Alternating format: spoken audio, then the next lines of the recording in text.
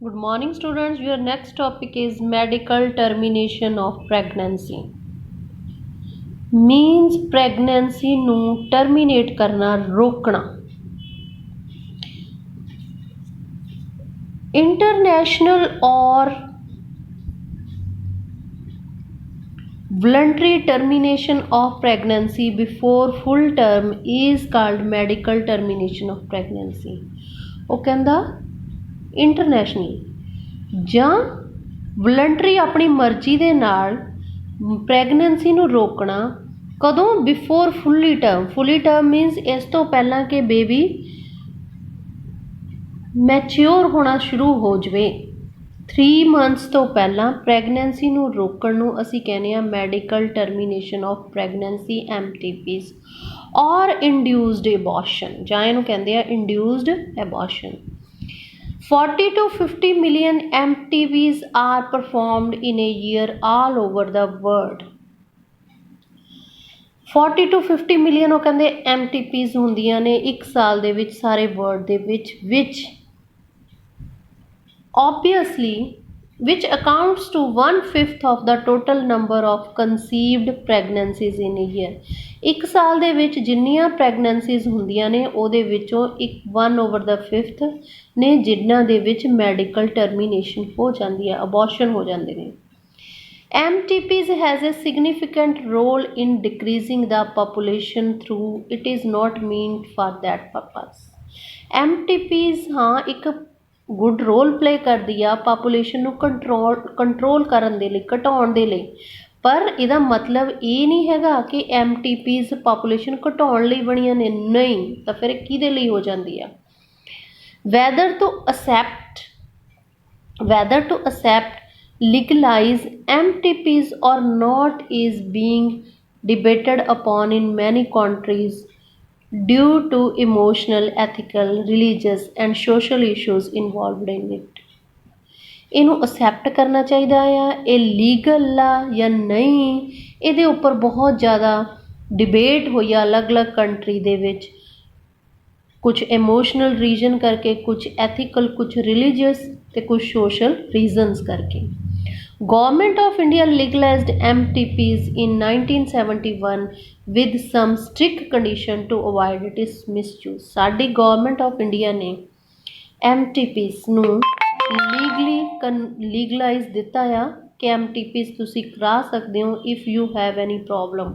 In 1971 ਕੁਝ ਉਹਨੇ ਇਹਦੇ ਤੇ ਕੰਡੀਸ਼ਨਸ ਲਾਈਆਂ ਨੇ ਤਾਂ ਕਿ ਇਹਦਾ ਗਲਤ ਯੂਜ਼ ਨਾ ਹੋ ਸਕੇ ਮਤਲਬ ਜੇ ਕਿਸੇ ਦੇ ਵਿੱਚ ਕੋਈ ਬੇਬੀ ਉਹ ਪ੍ਰੋਪਰ ਨਹੀਂ ਬਣ ਰਿਹਾ ਤਾਂ ਉਹ MTPs ਕਰਾ ਸਕਦੇ ਨੇ ਉਹ MTPs ਰਜਿਸਟਰਡ ਹੋ ਗਵਰਨਮੈਂਟ ਕੋਲੇ ਜਾਊਗੀ ਕਿਉਂ ਕੀਤੀ ਆ such restrictions are all the more important to check the indiscriminate means ਇਹ ਨਹੀਂ ਹੋਗੇ ਕਿ ਬੱਚੇ ਸੈਕਸ of the child ਬੱਚੇ ਦਾ ਸੈਕਸ ਪਤਾ ਕੀਤਾ if that is female girl then abort it and illegal female foeticide ਇਹ ਨਹੀਂ ਹੈਗਾ ਕਿ ਇਲੀਗਲ ਫੀਮੇਲ ਫੋਰਟੀਸਾਈਡ ਇੱਦਾਂ ਹੀ ਹੋ ਸਕਦਾ ਆ ਵਾਈ MTPs ਕਿਉਂ MTPs ਹੀ ਉਹਨਾਂ ਨੇ ਕਿਉਂ ਚੁਣੀ obviously the answer is to get rid of unwanted pregnancies either due to casual unprotected intercourse or failure of contraceptive ਉਹ ਕਹਿੰਦੇ ਹੁਣ MTPs ਨੂੰ ਲੀਗਲਾਈਜ਼ ਕਿਉਂ ਕੀਤਾ ਹੋ ਸਕਦਾ ਕਿ ਹਜੇ ਉਹ ਅਨਵਾਂਟਡ ਪ੍ਰੈਗਨੈਂਸੀ ਹੋਵੇ ਮੀਨਸ ਅਨਵਾਂਟਡ ਪ੍ਰੈਗਨੈਂਸੀਜ਼ ਮੀਨਸ ਹਜੇ ਪੇਰੈਂਟਸ ਦੋਨੇ ਇਸ ਚੀਜ਼ ਨੂੰ ਅਸੈਪਟ ਕਰਨ ਨੂੰ ਤਿਆਰ ਨਾ ਹੋਣ ਔਰ that is may be to failure of contraceptive ਕਿ ਉਹਨਾਂ ਦੇ 2 ਬੇਬੀ ਹੋਣ ਉਸ ਤੋਂ ਬਾਅਦ ਕੋਈ ਕੰਟਰਾਸੈਪਟਿਵ ਯੂਜ਼ ਕੀਤਾ ਤੇ ਉਹ ਫੇਲ ਹੋ ਗਿਆ ਔਰ in rape MTPs are so essential in certain cases where continuation of the pregnancy could be harmful MTPs ਉੱਥੇ ਜ਼ਰੂਰੀ ਕਰਨੀ ਪੈਂਦੀ ਹੈ ਜਿੱਥੇ ਪ੍ਰੈਗਨੈਂਸੀ ਅੱਗੇ ਨਹੀਂ ਚੱਲ ਸਕਦੀ ਉਹ ਮਦਰ ਲਈ ਹਾਰਮਫੁਲ ਆ or even fatal either to the mother or to the fetus ਹਾਂ ਨੁਕਸਾਨਦਾਇਕ ਆ ਜ਼ਿਆਦਾ ਨੁਕਸਾਨਦਾਇਕ ਆ ਫੈਟਲ ਆ ਮਾਂ ਲਈ ਵੀ ਤੇ ਬੱਚੇ ਲਈ ਵੀ ਦੋਨਾਂ ਲਈ ਉਹਦਾ ਨੁਕਸਾਨ ਆ ਤਾਂ ਉੱਥੇ MTPs ਕੀਤੀਆਂ ਜਾਂਦੀਆਂ ਨੇ MTPs are considered relatively safe during the first trimester. MTP safe ने पहले 3 semesters up to 12 weeks of pregnancy.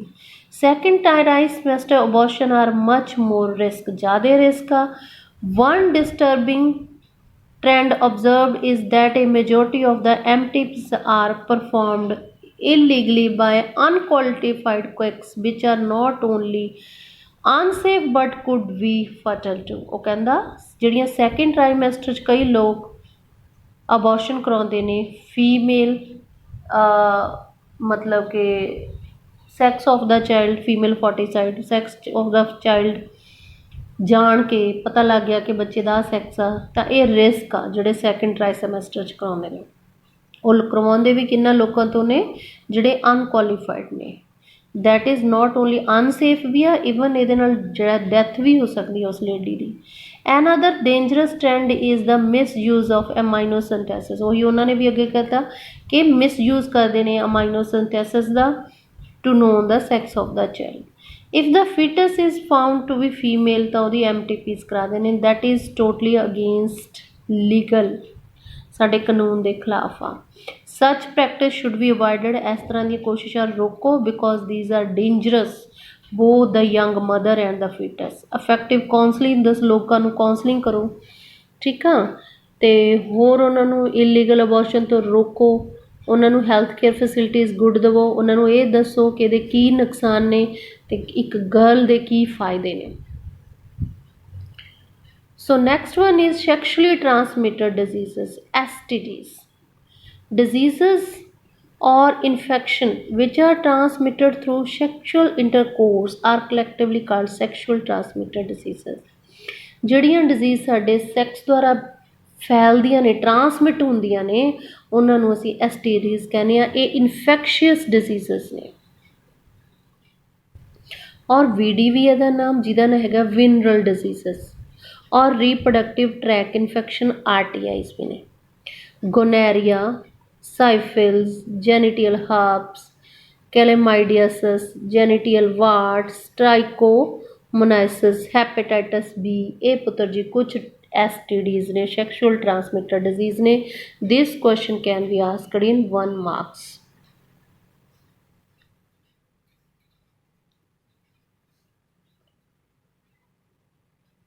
And most discussed infection in the recent years HIV means AIDS. HIV leading AIDS are some of the common STDs. Among these HIV infection is most dangerous. बहुत ज़्यादा dangerous है. ਇਹਦਾ ਅਲੱਗ ਤੋਂ ਇੱਕ ਇਹਨਾਂ ਨੇ ਇੱਥੇ ਚੈਪਟਰ ਦਿੱਤਾ chapter 8. Some of these infections like hepatitis B and HI can also be transmitted by sharing of injection needle. hepatitis B ਤੇ HIV ਨੀਡਲ ਸ਼ੇਅਰ ਕਰਨ ਨਾਲ ਵੀ ਹੋ ਜਾਂਦੀਆਂ ਨੇ. ਸਰਜੀਕਲ ਇੰਸਟਰੂਮੈਂਟ ਸ਼ੇਅਰ ਕਰਨ ਨਾਲ ਵੀ ਹੋ ਜਾਂਦੀਆਂ ਨੇ. 2 ਜਣੇ ਦਾ ਆਪਰੇਸ਼ਨ ਚੱਲ ਰਿਹਾ ਇਨਫੈਕਟਡ ਪਰਸਨ ਤੋਂ ਹੈਲਦੀ ਨੂੰ ਹੋ ਜਾਣੀਆਂ ਨੇ. ਟਰਾਂਸਫਿਊਜ਼ਨ ਆਫ ਬਲੱਡ ਕਰਕੇ ਵੀ ਹੁੰਦੀਆਂ ਨੇ. ਇਨਫੈਕਟਡ ਮਦਰ ਤੋਂ ਉਹਦੇ ਫੀਟਸ ਨੂੰ ਵੀ ਹੋ ਸਕਦੀ ਆ. Accept for hepatitis B, genital herpes and HIV infection, other diseases are completely curable. ਪੁੱਤਰ ਜੀ ਆਹ 3 diseases ਤੋਂ ਬਿਨਾਂ ਬਾਕੀ diseases ਦਾ ਇਲਾਜ ਹੈਗਾ. ਹੈਪੇਟਾਈਟਸ B ਦਾ ਨਹੀਂ ਹੈਗਾ, ਜੈਨੀਟੀਅਲ ਹਰਪਸ ਦਾ ਨਹੀਂ ਹੈਗਾ ਅਤੇ HIV ਇਨਫੈਕਸ਼ਨ ਦਾ ਨਹੀਂ ਹੈਗਾ ਠੀਕ ਆ. ਬਾਕੀ ਜੇ ਪਹਿਲਾਂ ਡਿਟੈਕਟ ਹੋ ਜਾਣ ਤਾਂ ਉਹਨਾਂ ਦਾ ਉਹ ਕਿਊਰੇਬਲ ਨੇ, ਉਹਨਾਂ ਦਾ ਸਾਡੇ ਕੋਲ ਇਲਾਜ ਹੈਗਾ.